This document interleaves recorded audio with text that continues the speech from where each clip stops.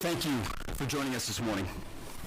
Last night, on President Trump's orders, U.S. Central Command conducted a precision strike in the middle of the night against 3 nuclear facilities in Iran, Fordow, Natanz, and Isfahan, in order to destroy or severely degrade Iran's nuclear program. And as the chairman of the Joint Chiefs will demonstrate, it was an incredible and overwhelming success.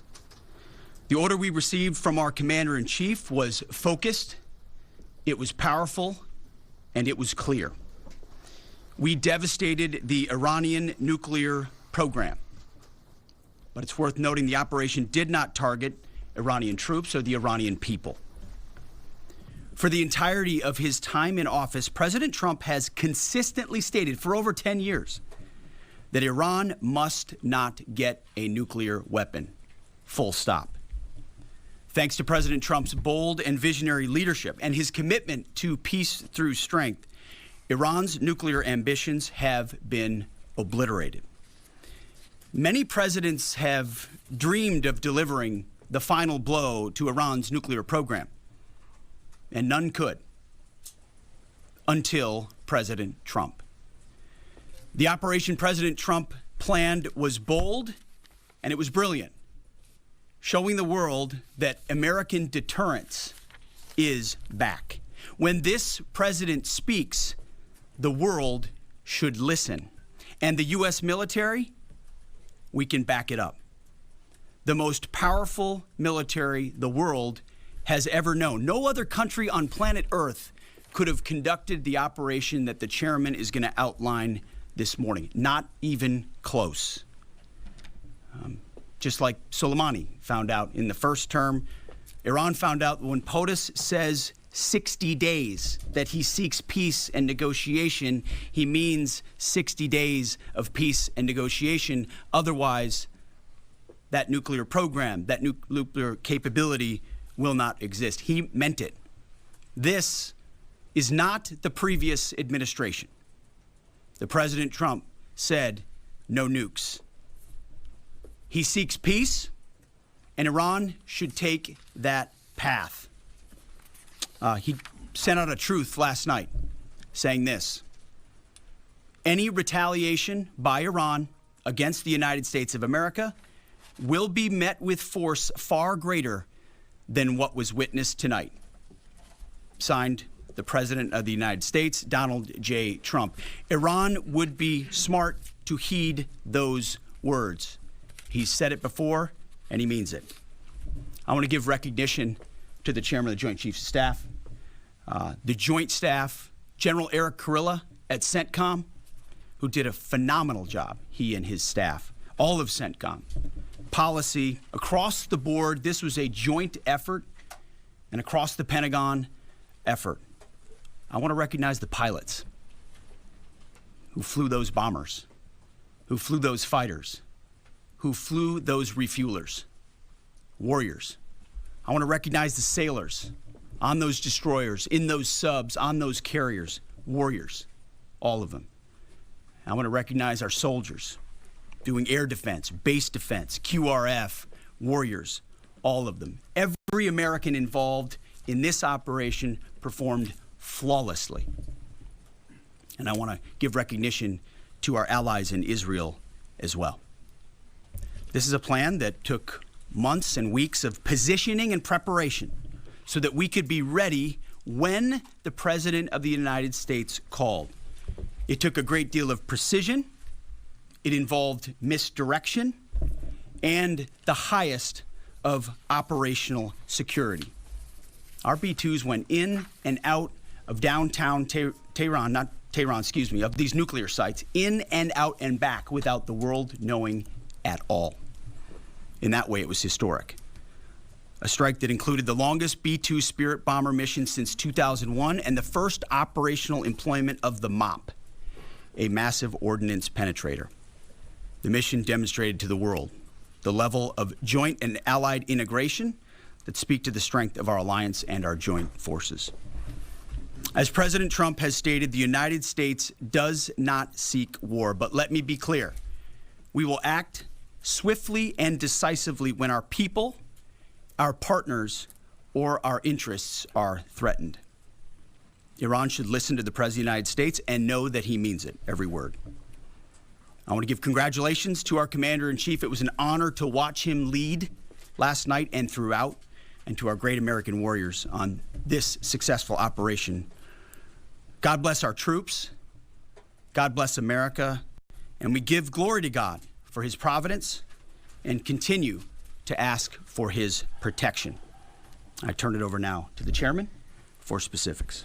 Thank you, Mr. Secretary. Thanks for recognizing all of our folks out there doing our nation's work, and nice to see everybody on this early Sunday morning. Last night, on the President's orders, U.S. Central Command, under the command of General Eric Kurilla, executed Operation Midnight Hammer, a deliberate and precise strike against 3 Iranian nuclear facilities. This was a complex and high-risk mission carried out with exceptional skill and discipline by our joint force. I want to thank every service member, planner, operator that made this mission possible. Their actions reflect the highest standards of the United States Armed Forces.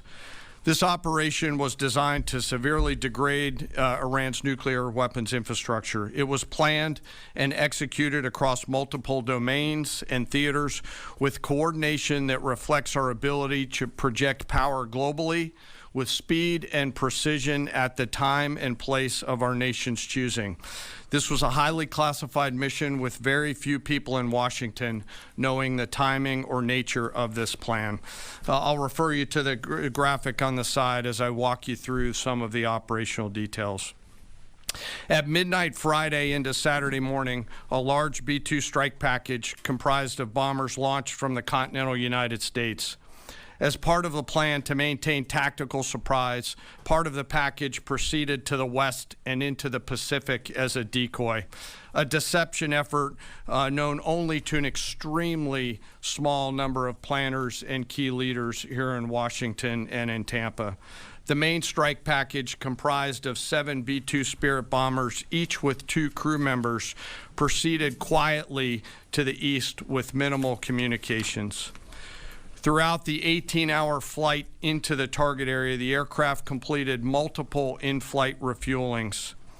Once over land, the B-2s linked up with escort and support aircraft in a complex, tightly timed maneuver requiring exact synchronization across multiple platforms in a narrow piece of airspace, all done with minimal communications. This type of integration is exactly what our joint force does better than anyone else in the world. At approximately 5 p.m. Eastern Standard Time last night, and just prior to the strike package entering Iran, a U.S. submarine in the Central Command Area of Responsibility launched more than 24 Tomahawk land attack cruise missiles against key surface infrastructure targets at Isfahan. As the Operation Midnight Hammer strike package entered Iranian airspace, the U.S. employed several deception tactics, including decoys, as the 4th and 5th generation aircraft pushed out in front of the strike package at high altitude and high speed, sweeping in front of the package for enemy fighters and surface-to-air missile threats. The strike package was supported by U.S. Strategic Command, U.S. Transportation Command, U.S. Cyber Command, U.S. Space Command, U.S. Space Force, and U.S. European Command. As the strike package approached Fordow and Natanz, the U.S. protection package employed high-speed suppression weapons to ensure safe passage of the strike package, with fighter assets employing preemptive suppressing fires against any potential Iranian surface-to-air threats. We are currently unaware of any shots fired at the U.S. strike package on the way in. At approximately 6:40 p.m. Eastern Standard Time, 2:10 a.m. Iran time, the lead B-2 dropped 2 GBU-57 massive ordnance penetrator weapons on the first of several aim points at Fordow. As the President stated last night, the remaining bombers then hit their targets as well, with a total of 14 MOPs dropped against 2 nuclear target areas. All 3 Iranian nuclear infrastructure targets were struck between 6:40 p.m. and 7:05 p.m. Eastern Time. Again, that's about 2:10 in the morning local time in Iran, with the Tomahawk missiles being the last to strike at Isfahan to ensure we retain the element of surprise throughout the operation.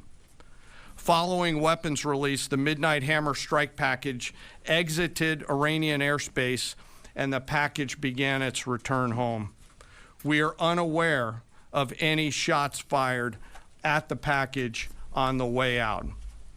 Iran's fighters did not fly, and it appears that Iran's surface-to-air missile systems did not see us. Throughout the mission, we retained the element of surprise. In total, U.S. forces employed approximately 75 precision-guided weapons during this operation. This included, as the President stated last night, 14 30,000-pound GBU-57 massive ordnance penetrators, marking the first ever operational use of this weapon. I know that battle damage is of great interest. Final battle damage will take some time, but initial battle damage assessments indicate that all 3 sites sustained extremely severe damage and destruction. More than 125 U.S. aircraft participated in this mission, including B-2 stealth bombers, multiple flights of 4th and 5th generation fighters, dozens and dozens of air refueling tankers, a guided missile submarine, and a full array of intelligence, surveillance, and reconnaissance aircraft, as well as hundreds of maintenance and operational professionals. As the Secretary said, this was the largest B-2 operational strike in U.S. history and the second longest B-2 mission ever flown, exceeded only by those in the days following 9/11. Well prior to the strike, General Kurilla elevated force protection measures across the region, especially in Iraq, Syria, and the Gulf. Our forces remain on high alert and are fully postured to respond to any Iranian retaliation or proxy attacks, which would be an incredibly poor choice. We will defend ourselves. The safety of our service members and civilians remains our highest priority. This mission demonstrates the unmatched reach, coordination, and capability of the United States military. In just a matter of weeks, this went from strategic planning to global execution. This operation underscores the unmatched capabilities and global reach of the United States military. As the President clearly said last night, no other military in the world could have done this. I join the President and the Secretary in being incredibly proud of the air crews, naval forces, cyber operators, planners, and support teams, and commanders who made this mission possible. It is their skill, discipline, and teamwork that makes this operation possible. I am particularly proud of our discipline related to operational security, something that was of great concern to the President, the Secretary, General Kurilla, and me, and we will continue to focus on this. As we stand here this morning, many assets are still airborne, and we have hundreds deployed. I ask that we keep our warfighters on their way home and our deployed service member in our thoughts. Our joint force remains ready to defend the United States, our troops, and our interests in the region. Thank you very much. We will take a few questions, Phil. Me? Yeah. So, is regime change off the table, Mr. Secretary? And to the chairman, you said the battle damage assessment is still ongoing, but do you believe that some nuclear capability in Iran remains? This mission was not and has not been about regime change. The President authorized a precision operation to neutralize the threats to our national interests posed by the Iranian nuclear program and the collective self-defense of our troops and our ally Israel. Thanks for your question. I think BDA is still pending, and it would be way too early for me to comment on what may or may not still be there. But thanks for the question. Green. No, behind you. Excuse me, Mr. Secretary, can you tell me, was there a particular moment when the president decided to pull the trigger on this operation where he said, now, rather than being, something in the holster, now we're going to pull the trigger on it? I would just say, having the opportunity to witness his leadership, he was fully committed to the peace process, wanted a negotiated outcome, gave Iran every single opportunity, and unfortunately was met by stonewalling, which is why he gave them plenty of time to continue to come to the table and give up enrichment, give up the nuclear program. But there was I won't say the particular moment, there was certainly a moment in time where he realized that it had to be a certain action taken in order to minimize the threat to us and our troops. Yeah. General, you say that General Kurilla increased force protection in Iraq, Syria, and Gulf and those areas. Were they given any advance warning the attacks were coming? And also, Mr. Secretary, when were congressional leaders notified? How long before the attacks took place? Sir, to your first question, the risk has clearly been rising over the last few weeks in the region. Based on that, and not a particular awareness of this operation, we've made smart decisions to minimize the risk to U.S. forces in the region. So they were given no advance warning? No, sir. In congressional? They were notified after the planes were safely out.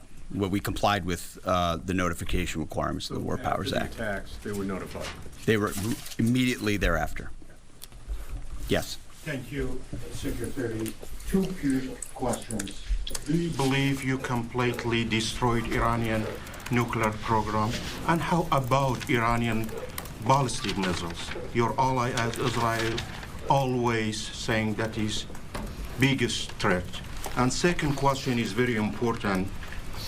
What will be your next step if Iran or militias under Iranian influence in the region attack U.S. interests or allies in the region? And you can chime in on this too, Mr. Chairman.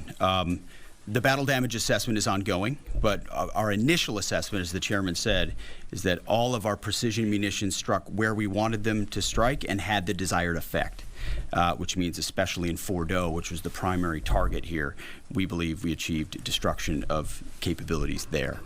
Ultimately, wherever it may be, whether it's in Iraq or Syria or bases in the Gulf, as the president said, it would be as the chairman said, it would be a very bad idea for Iran or its proxies to attempt to attack American forces. Yes. Thank you, Mr. Secretary. Regarding retaliations, Iran and North Korea are cooperating on nuclear and missile development. Do you think there is a possibility that Iran, North Korea, and the other forces, such as China, will join forces to retaliate against the United States? Well, unfortunately, because of the policies under the previous administration, we drove those countries together, and ultimately that creates a challenging environment. For this particular operation, the focus is on Iran and Iranian nuclear capabilities. That's our focus here, is to not just say that they can't have, but President Trump has said from over 20 years, frankly, Iran cannot have a nuclear weapon. And ultimately, he decided this is the moment, given their stonewalling, when direct military action had to be taken to prevent that from happening. Yes. Thank you very much. General Kane, I understand OPSEC, I respect OPSEC. Can you say at all what security procedures are being taken to protect U.S. troops in Iraq and elsewhere in the Middle East? And Secretary Hegseth, as a global war on terrorism veteran, what do you say to veterans who may be concerned the U.S. is getting into another open-ended war in the Middle East over weapons of mass destruction? Thanks, sir, for the question. I won't comment on what force protection measures are being taken in the region. What I will say is we're being proactive and not reactive, and being very thoughtful about ensuring that we do all that we can to protect our forces out there. And I would just say, as the president has directed and made clear, this is most certainly not open-ended. It doesn't mean it limits our ability to respond. We will respond if necessary. The most powerful military in the world is postured and prepared to defend our people. But what the president gave us, as I said, was a focused, powerful, and clear mission on the destruction of Iranian nuclear capabilities. Those were the targets. That's what was struck. That's what was overwhelming. That's what was overwhelming. That's what the Iranian regime needs to understand, as the president put out last night. He wants peace. There needs to be a negotiated settlement here. We ultimately demonstrated that Iran cannot have a nuclear capability. That is a very clear mission set on this operation. Yes, hold on. Yes, right there. Thank you, Mr. Secretary. Question for the Secretary and the Chairman. How was this strike coordinated with the Israelis on a strategic level, militarily, and on a tactical level? Was there any direct Israeli military participation in this operation? Well, I would say certainly Israel had an incredible military success, especially at the beginning and ongoing, in degrading Iranian capabilities, in degrading Iranian launchers, MRBMs. It's been incredible to watch what our ally Israel has been able to do. And there certainly have been conversations. I mean, General Kurilla at CENTCOM has worked closely in the defense of Israel for many years. And part of this operation was the defense of Israel and the ongoing defense of Israel. But as it pertains to this strike, this was U.S. operated and U.S. led. We took advantage of some of the preparatory work that's been done over the past week and a half in terms of axis of approach. I won't get into the particulars, but as the Secretary said, it was a U.S. strike. We made sure we were not in the same piece of airspace and sky. Aside from that, that was the extent of it. We'll take a couple more. Yeah, right there. Question to the Secretary first. Are you concerned whatsoever now about the reaction from U.S. allies given the strike, particularly those in the Gulf? And to the Chairman, if I may, I understand you don't want to speak to specific assets and force protection measures, but do you anticipate at least having to bring in any further assets from other theaters to aid in force protection over the coming days? We certainly understand the challenges of allies in the region, and we have been respectful and working in collaboration with them as it pertains to basing and sensitivities there. Ultimately, they've got a lot of assets and people in those locations also where American troops are co-located. So that's a consideration of ours. We've been in close consultation with them, and we appreciate the support that we have got. Thanks for the question on sort of the global picture. And as you know, that's one of my jobs, is to look globally at the entire range of challenges. We are always carefully considering our force posture around the world and then offering options to the Secretary and to the President. I won't comment on any future things, but the American people should know that we carefully consider those moves around the world and try to modulate as needed our force structure in the region. Absolutely. Yeah, right here. Thank you. What communications are being sent to the Iranians right now, and is there any possibility of diplomacy now or in the coming days? I can only confirm that there are both public and private messages being directly delivered to the Iranians in multiple channels, giving them every opportunity to come to the table. They understand precisely what the American position is, precisely what steps they can take to allow for peace, and we hope they do so. Yes. The president may not want an open-ended conflict. The Iranians may disagree. Are you prepared for a protracted war? Well, anything can happen in conflict. We acknowledge that. But the scope of this was intentionally limited. That's the message that we're sending. With the capabilities of the American military, nearly unlimited. So Iran, in that sense, has a choice.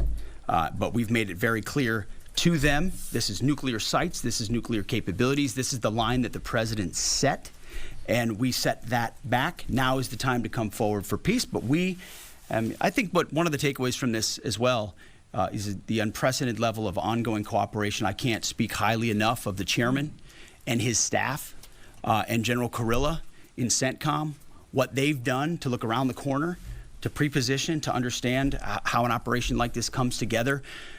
The scope and scale of what occurred last night would take the breath away of almost any American if you had an opportunity to watch it in real time. And I think Tehran is certainly calculating the reality that planes flew from the middle of America in Missouri overnight, completely undetected over 3 of their most highly sensitive sites, and we were able to destroy nuclear capabilities, and our boys in those bombers are on their way home right now. We believe that'll have a clear psychological impact on how they view the future, and we certainly hope they take the path of negotiated peace. But I could not be more proud of how this building operated, of the precision, the sensitivity, and the professionalism of the troops involved in this effort. I will take one more. We'll take one more question. Yes, right there.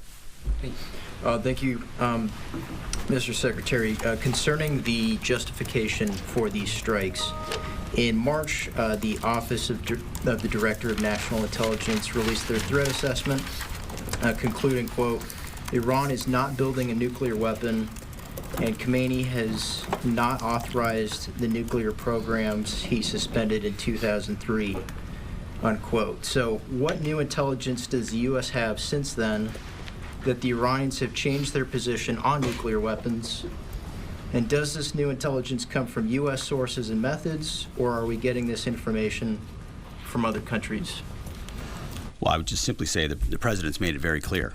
He's looked at all of this, all of the intelligence, all of the information, and come to the conclusion that the Iranian nuclear program is a threat, and was willing to take this precision operation to neutralize that threat in order to advance American national interests, reduce the Iranian nuclear program, and obviously collective self-defense of ourselves and our allies. So he looked at all of it, understood the nature of the threat, and took bold action I think the American people would expect in a commander-in-chief.